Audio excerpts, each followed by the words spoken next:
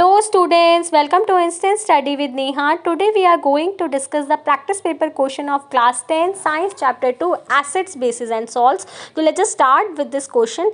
A compound of sodium is commonly used in baking cakes. Sodium का एक compound है ए जिसका यूज केक को बेक करने के लिए किया जाता है, तो you have to identify A. Secondly compound A used in fire extinguisher, इसका यूज़ फायर एक्सटिंग्विशर्स में भी किया जाता है, तो वो भी एक्सप्लेन करना है। Secondly what is the reaction involve when it is heated, जब हम इसको हीट करते हैं तो कौन सी रिएक्शन इन्वॉल्व होती है। एंड इसका एक और पार्ट है, आपको बताना जो पीएच ऑफ कंपाउंड ए है वो लोअर देन 7 होगा या फिर हायर देन 7 होगा। तो सबसे पहले आपको पता है केक्स ब्रेड को बेक करने के लिए और पकोड़ास को क्रिस्पी बनाने के लिए हम बेकिंग सोडा का क्या करते हैं, यूज़ करते हैं। तो कंपाउंड ए हो गया हमारा बेकिंग सोडा, और बेकिंग सोडा को हम सोडियम बाइकार्बोनेट बोलते हैं। इसका केमिकल फॉर्मूला होता है NaSCO3। इसका सेकंड क्वेश्चन हमें गिवन था, compound A is use in fire extinguisher, हम इसको सोडा एसिड फायर एक्सटिंग्विशर में यूज़ करते हैं।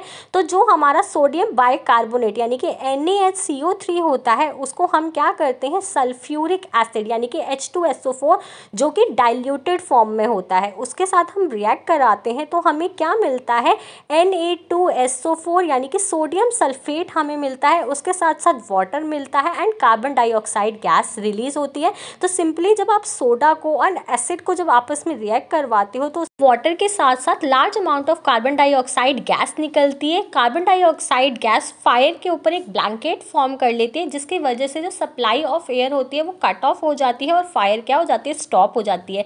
Thirdly what is the reaction involve when it is heated, जब हम सोडियम बाइकार्बोनेट को हीट करते हैं तो कौन सी रिएक्शन इन्वॉल्व होती है। तो सोडियम बाइकार्बोनेट यानी कि NaHCO3 को जब हम हीट करेंगे तो वो सोडियम कार्बोनेट यानी कि Na2CO3 के अंदर डिकम्पोज हो जाएगा। उसके साथ साथ उसमें से वाटर रिलीज होगा and carbon dioxide gas again release होगी। इसीलिए जब हम केक या ब्रेड्स बनाते हैं, जब हम उसको हीट करते हैं तो उसमें से कार्बन डाइऑक्साइड गैस निकलती है, तो जो हमारे ब्रेड और केक्स होते हैं वो फ्लफी और स्पॉन्जी हो जाते हैं। एंड जो pH ऑफ ए होगा वो ग्रेटर देन 7 होगा, बिकॉज जो बेकिंग सोडा होता है यानी कि सोडियम बाइकार्बोनेट वो बेस होता है। So that's all for today. If you have any doubt let me know in the comment section. For more such videos please subscribe my channel.